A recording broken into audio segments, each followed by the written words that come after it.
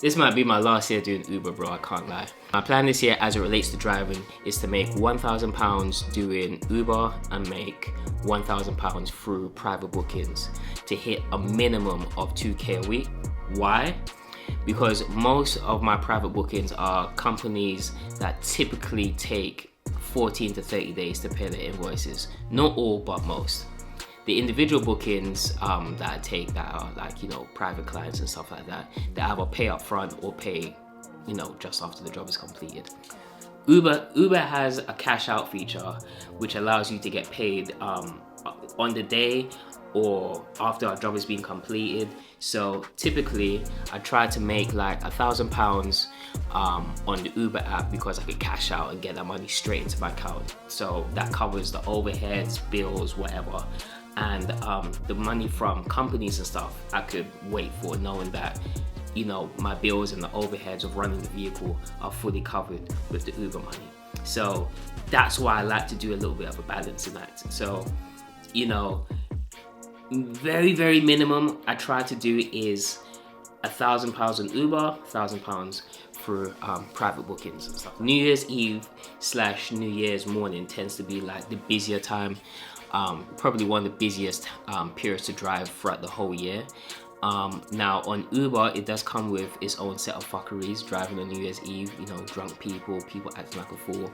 But I thought by just sticking to like Uber exec / Lux classification that I should avoid all of that kind of nonsense.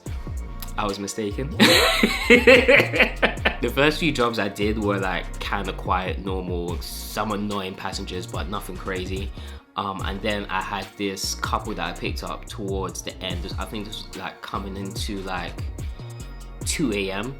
and the girl basically threw up on herself. To be fair, she threw up, you know, the majority of her vomit was on her, but some of it got on the seatbelt, some of it got on the side of the chair.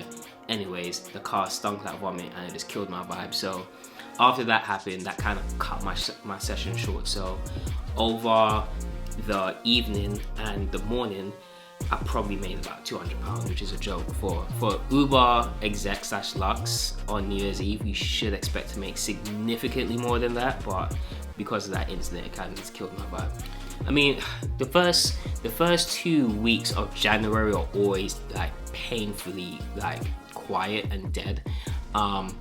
You know, after New Year's Eve / day, like the following days that follow that are typically really quiet and nothing's really happening, because it's that weird limbo of people are not gone back to work yet, school kids haven't gone back yet, people haven't returned back from their vacations away. Like there's actually nothing happening, no businesses are open, so there's very few trips actually being conducted. So the first few weeks are really dead, and it's reflected on Uber. I mean, that's why I combined. That's why I didn't even bother just doing a video on how much I made and did last week, and why I'm combining 2 weeks, because it was literally that quiet. In the second week, my i7 had to go back to BMW for this brake recall. That's happened. They've been telling me to take it in for a while, but I knew I was going to have this quiet period in January, so I decided to take it into them in the second week when they reopened. My i7 has been really good to me since I've had it. It hasn't missed a beat. So I'm gonna do a proper video of my ownership for the first year, what I've done to it, what I want to do to it, and a nice little review video. But that's gonna be like a whole separate thing. But as a result of my car being in the shop, I couldn't do much Uber or chauffeuring for the majority of the week. I found myself being a passenger a lot this week. I've noticed that the majority of the drivers don't talk nowhere near as much as they used to. Like I used to take Uber around quite a bit, and I remember that back in the day, like drivers used to be yapping and yapping. Even myself as a driver, I used to be yapping and yapping, but now I barely talk to passengers when I do Uber. Even on the chauffeuring end, chauffeurs typically don't talk that much, but when I do Uber, passengers are kind of scraping conversation out of me, if I'm being honest with you. Don't forget to smash that like button if you're enjoying the video so far. Also, let me know down in the comments if you notice that Uber drivers don't really talk as much as they used to. During the middle of the week, I went on a bit of a side quest to retrieve a stolen Rolex for a client of mine. I'm gonna leave it there actually. I'm not gonna give any more details, but the facts are it was stolen. I found it, I returned it, and yeah, I'll leave it there.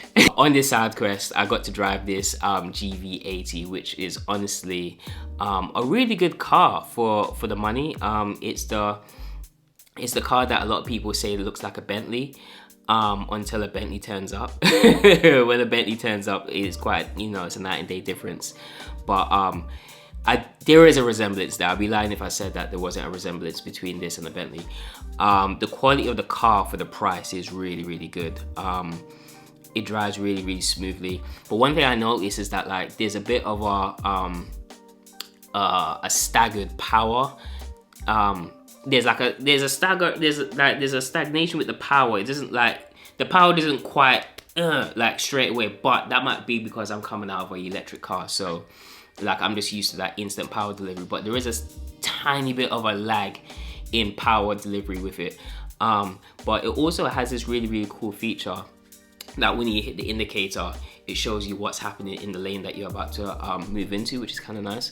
But other than that, like the cabin material, the cabin styling is really, really nice. For this price point, it's quite nice, man. Can't lie to you. I personally wouldn't buy this car. It's a hard no, but it's a decent car, man. Decent car.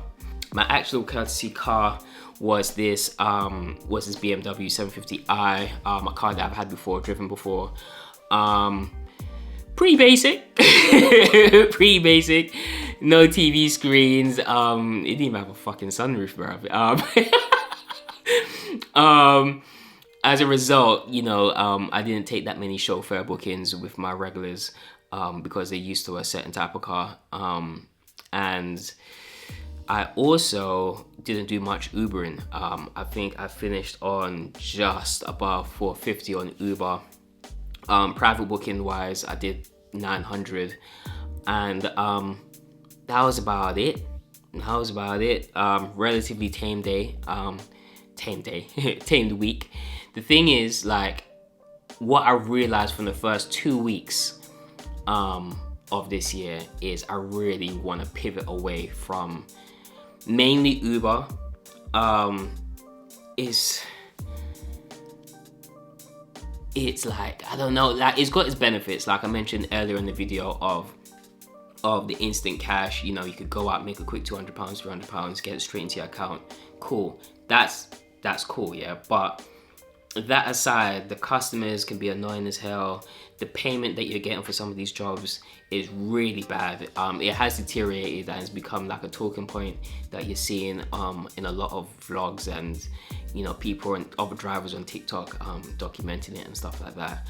And the volume of trips that you have to do in order to make like a cheeky £300-400 is insane. It's actually insane. Even if you are a Lux driver, exec driver, the amount of jobs you have to complete to make just a simple £200 is mad. It's actually mad. Whereas with my private bookings, I made £900 from doing two relatively easy bookings. That I'm gonna get into how I get my private work and all that kind of stuff in another video. But yeah, like the first 2 weeks of this year made me realize that I really want to kind of X out the Uber side of things and start doing something else, bruv. I'm actually just kind of bored of it. But let me know your thoughts. Let me know how your year is going down in the comments. Like, comment, share, and I'll catch you guys next week in the next one.